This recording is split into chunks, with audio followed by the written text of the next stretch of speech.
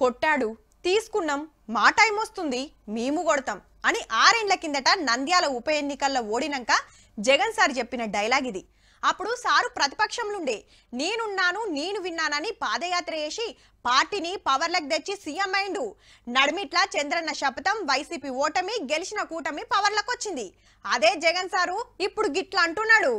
మెడల కర్రె కండువాలు చేతుల అట్టముక్కలు పట్టుకొని అసెంబ్లీకి వస్తుంటే ఇట్లా పర్మిషన్ లేదని ఆపేసిండ్రట పోలీసులు. ప్లకార్డులు చింపేసినందుకు పోలీసులకు గిట్ల వార్నింగ్ ఇచ్చిండు పాత సీఎం జగన్ సారు. మధుసూదన్ రావు గుర్తుపెట్టుకో, ఎల్లకాలం ఇలా మాదిరిగా ఉండదు. నీవి టోపీ మీద ఉన్న సింహాలకు అర్థమేమిటో తెలుసా? అధికారంలో ఉన్న వాళ్ళకు సెల్యూట్ కొట్టడం కాదు, ప్రజాస్వామ్యాన్ని కాపాడడం కోసం మీరున్నారు. లోపలికి పోయినాక కూడా గీదే లొల్లి. గవర్నర్ గారు సర్కార్ రాసిచ్చిన స్పీచ్ చదువుతుంటే గడబడి చేసింది వైసీపీ. పాత గవర్నమెంట్ లో అప్పులు పెరిగినాయి, కంపెనీలు పోయినాయి, డెవలప్మెంట్ కాలేదని పాఠం ఒప్ప చెప్తుంటే అధికార పార్టీ వాళ్ళ జేజేలు, ప్రతిపక్షం డౌన్లు. మా పార్టీ వాళ్ళని కొడతారు, మా ఆఫీసులు కూల కొడతారు అని జగన్ అన్న ఎమ్మెల్యేలు జరసేపు జంగు చేసి నడుమిట్లనే బయటకు వచ్చిండ్రు.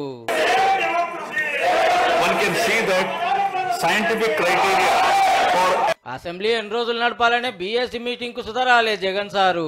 అయితే పాత వైసీపీ ఎంపీ ఇప్పుడు టీడీపీ ఎమ్మెల్యే రఘురామకృష్ణరాజు గారు జగన్ అన్నను కలిసి దినం అసెంబ్లీకి రమ్మని కోరితే సరే అన్నాడట. ఫస్ట్ నాడే గిట్లుంటే ఇంకో 4 రోజులు ఆంధ్ర అసెంబ్లీ ఎట్లుంటదో పో.